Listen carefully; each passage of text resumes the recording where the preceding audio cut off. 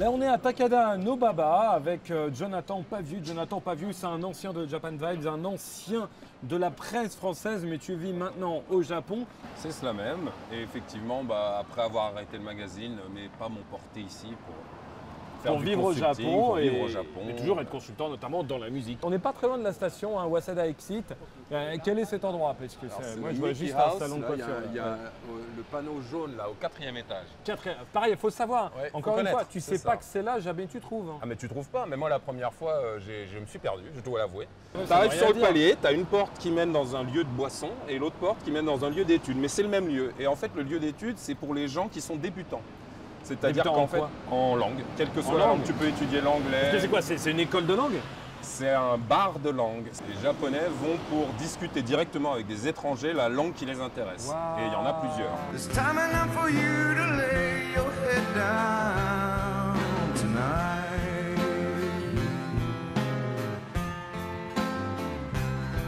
Mais est-ce que tu peux d'abord aller à la teuf et quand tu es complètement bourré, aller prendre des courses? Tu vas dans l'ordre que tu veux. Tu vas là et là, ou là et là. Wow, Tu vas à la ça sort et classe. tu vas comme tu veux. Bah voilà, comme vous pouvez voir, ça va et ça vient entre les deux. Quelque part, c'est le seul endroit de Tokyo où des Japonais parlent anglais. C'est ça, quasiment. What are you running from? Taking pills to... La particularité, c'est qu'effectivement, c'est très mixte, ce qui est relativement assez rare.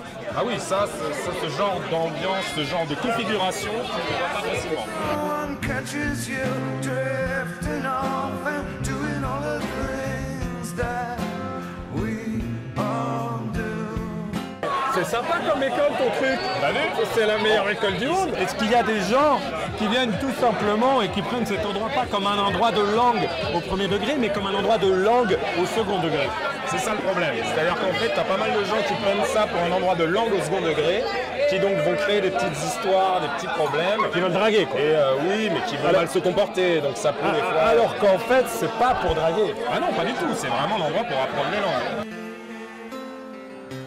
Jonathan, ça c'était le bar, on a vu la partie bar. On va faire, avant de revenir chercher Daisuke dans ce bar, on va faire un petit saut par la salle à côté.